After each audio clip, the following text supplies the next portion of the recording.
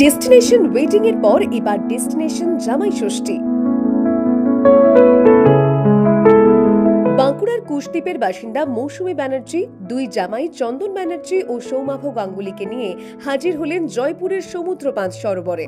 রবিবার দুপুরে নৌকোয় চড়ে সমুদ্র বাঁধের শীতল হাওয়া খেতে খেতেই মৌসুমী দেবী ধান, দূর্বা ও চন্দনের ফোঁটা দিয়ে দুই জামাইকে আশীর্বাদ করলেন। প্রথা মেনে হলো জামাই ষষ্ঠী। নৌকোর মধ্যেই ছিল মজাদার জলখাবারের ব্যবস্থা।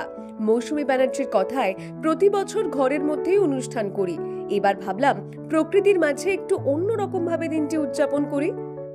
বোটে ঘুরতে ঘুরতে আশীর্বাদ করলাম, খাওয়ালাম মিষ্টি ফল। হ্যাঁ, এই দিনটা খুবই ভালো লাগে, কেননা আমার প্রথমে বড় মেয়ের বিয়ে দিয়েছিলাম, তারপরে এই বছর ছোট মেয়ের বিয়ে দিলাম, ওই জন্যই দু জামাই হয়ে গেল বলে আরো আনন্দ। শাশুড়ির এমন উদ্যোগে অভিভূত জামাইরা। দারুণ সারপ্রাইজ পেয়েছি আজকে আমরা দু জামাই মিলেই। শ্বশুর মশাই শাশুড়ি মা দুজন মিলে হঠাৎ করেই একটা বাইরের ট্যুরে আসার প্ল্যানিং হলো। প্রতি বছর যেভাবে বাড়িতে করা হয়, এবছর আমার শালির বিয়ে হওয়ার পরে এসছে, তাও সে আসার পরে দুজনের জামাইকে একসাথে পাওয়ার পরে খুবই আনন্দিত, এবং আমাদেরকে একটা সারপ্রাইজ দেওয়ার জন্য জয়পুরের মতো জায়গাতে একটা সমুদ্রগাবা ড্যাম আছে, যেখানে বোটের মাঝখানে আমরা আছি সমুদ্রগাবাতে, সেখানে জলের মাঝে আছি। সেখানে খুব ন্যাচারাল, একদম দারুণ লাগছে, খুবই দারুণ লাগছে। এই সারপ্রাইজটা আমাদের খুব ভালো লাগলো। আজকে খুব খুশি।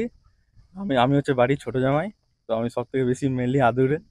তো আমাদের রিসেন্ট বিয়ে হয়েছে, তো আমরা মেনলি প্ল্যান ছিল রাত অব্দি প্ল্যান ছিল ঘরেই করব, কিন্তু হঠাৎ ঠিক হলো, প্ল্যান চেঞ্জ হলো। জয়পুর আমার শ্বশুরমশাই বাবাও বললো যে একসঙ্গে তাহলে জয়পুর একটা প্ল্যানিং করা হবে, তো জয়পুরের মাঝে একটা বোটে এমন একটা জামাই ষষ্ঠী সেলিব্রেশন হবে, একটা অন্যরকম ভাবে। এমনি তো ঘরে তো জেনারেলি হয়, তো আমি সব থেকে বেশি খুশি। আচার অনুষ্ঠান খাওয়া দাওয়া তো সব পরিবারেই আছে। এবার নৌকোয় ভেসে জামাই ষষ্ঠী পালন করে এলাকায় একেবারে হইচই ফেলে দিয়েছেন মৌসুমী ব্যানার্জি ও তার জামাইরা। Bureau report, the wall.